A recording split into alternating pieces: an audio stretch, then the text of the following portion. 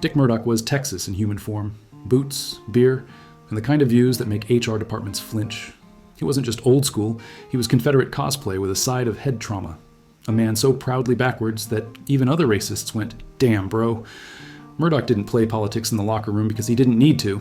He just bullied you into knowing exactly where you stood, beneath his cowboy boot, or not at all. In the ring? He was smooth, real smooth. He could throw a punch that looked like a shotgun blast and bump like gravity owed him money. But backstage, he was chaos. If he liked you, he'd buy you a beer. If he didn't, he might try to rip your face off with a boot heel. There was no middle ground. Either you were a good hand or a problem, and the latter group often had more melanin, morals, or modernity than Murdoch liked. And this video ain't about legends or titles. It's about legit, deep-seated shoot hate. No gimmicks. Just real-life venom from a guy who didn't care if the camera was on or off. These are the 5 men who made Murdoch's skull turn redder than his damn neck. And unlike most feuds, this hate didn't end with a handshake. It ended with silence, threats, and in some cases, blood. Let's get dirty. There's racism in wrestling, and then there's Dick Murdoch, the man who made even other racists squirm. Tony Atlas didn't get a cold shoulder or subtle digs from Murdoch. He got death threats dressed up as car ride banter. Tony told this story in multiple shoot interviews, including Hannibal TV and Boston Wrestling MWF. He was riding with Murdoch and a couple of others in the early 80s, Territory Ball. Murdoch turns from the driver's seat and says, "Call him as you like. Hey, Tony, we ought to pull over and hang you from that tree right there." Dead serious. No wink, no punchline, just that. Tony didn't laugh. No one did. It was one of those moments where the air leaves the car. Murdoch chuckled like it was a rib. Tony just stared out the window and made a mental note to never ride with that man again. Later that night, he told the promoter, "I'm not riding with that man. You book him near me again, I'm gone." Murdoch's reaction? "Oh, he's just another sensitive one." Murdoch had a way of using the ring like a confession booth. If he hated you, it bled through his work. Tony recalled him throwing live rounds during house shows, stomps, stiff punches, working the ropes too tight. "He didn't wrestle me," Atlas said in a 2015 appearance. "He punished me, like I was stealing something." And here's the ugliest part. Murdoch thought he was the victim, that the business was being ruined by guys like Atlas getting pushes. He told one veteran, "They're turning this business into a sideshow, giving belts to guys who used to carry our bags." Tony heard that secondhand. He didn't argue. He just made damn sure to never be in the same locker room again. You know a man's poison when people you trust tell you to avoid them without being asked? That was Murdoch.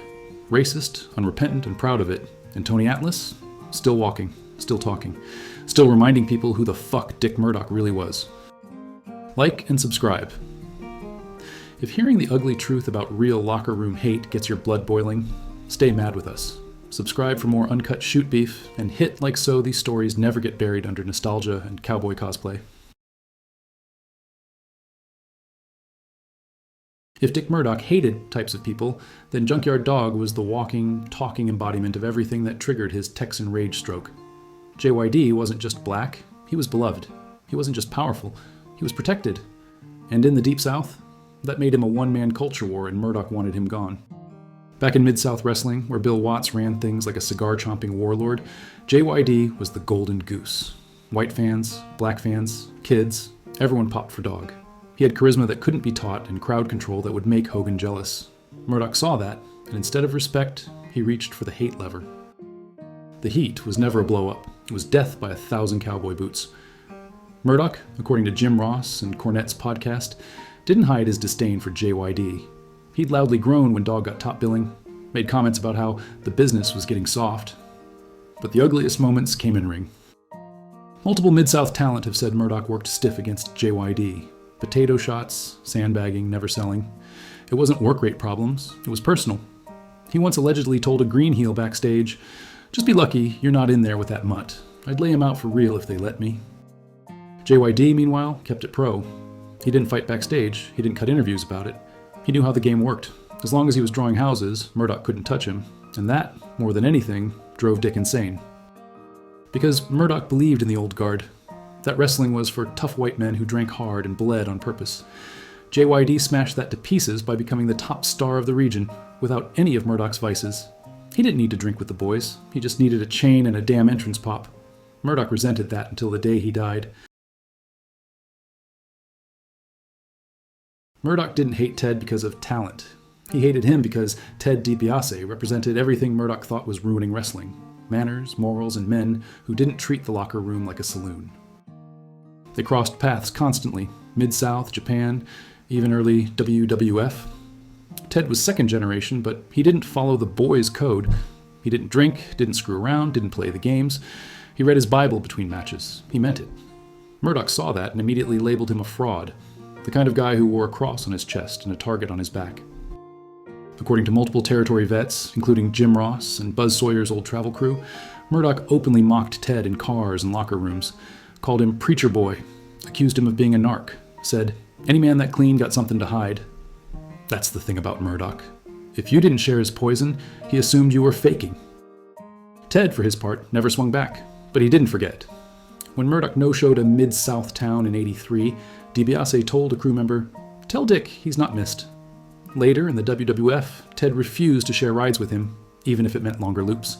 Word backstage was, if Murdoch's in the car, Ted's flying. And that stung Murdoch. Deep.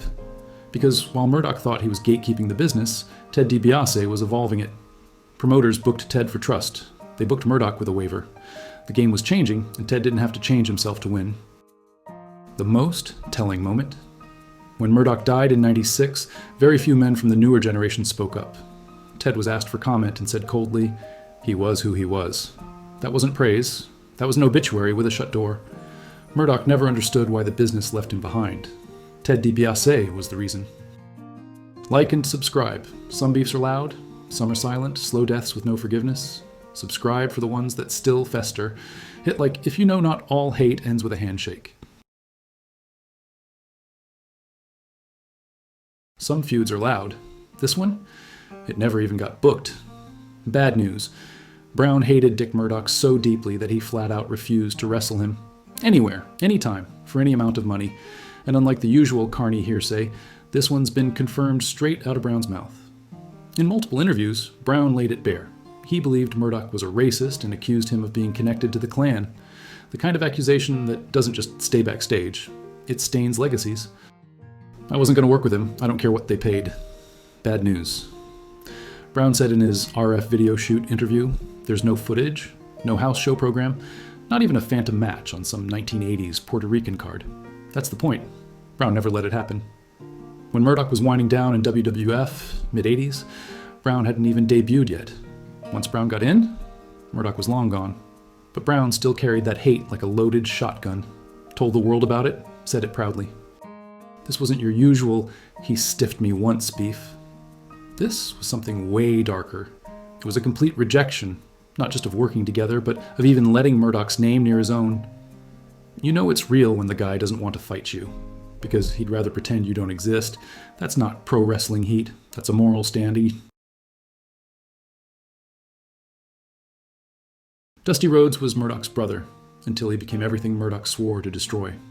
The Texas Outlaws were born in bar fights. Young, broke, and mean as hell, Murdoch and Dusty traveled the territories. Like cowboys with warrants, they worked stiff, lived harder, and left a trail of blood, booze, and broken motel doors.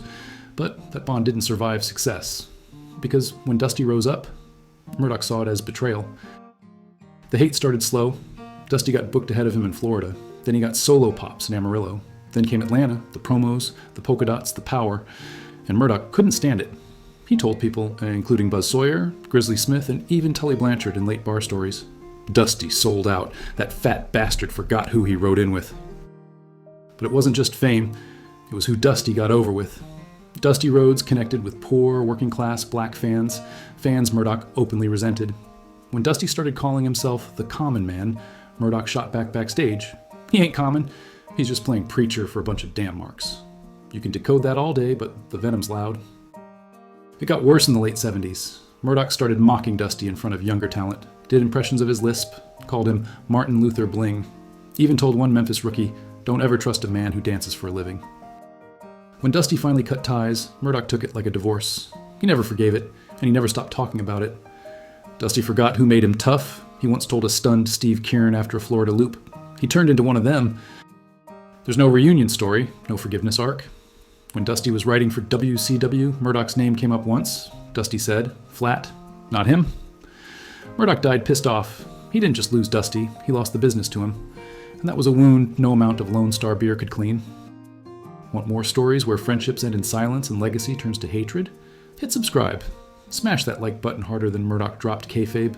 These stories are ugly, that's why they matter. He didn't evolve. He didn't forgive. He didn't play the game. He drank hard, swung harder, and carried every grudge like a badge of honor. These weren't wrestling feuds. They were personal wars. And when the business finally pushed him out, he didn't beg to stay. He sneered, spat on the floor, and called the rest of them soft. No closure, no redemption arc. Just one bitter bastard who took all his hate with him. If you want the kind of stories they bury deeper than receipts, hit that like. Subscribe for more real heat. Not the kind with scripts, but the kind that ends careers and cracks locker rooms wide open. No gimmicks, no forgiveness, just the truth. Ugly, unfiltered, and stiff as hell. Thanks for watching.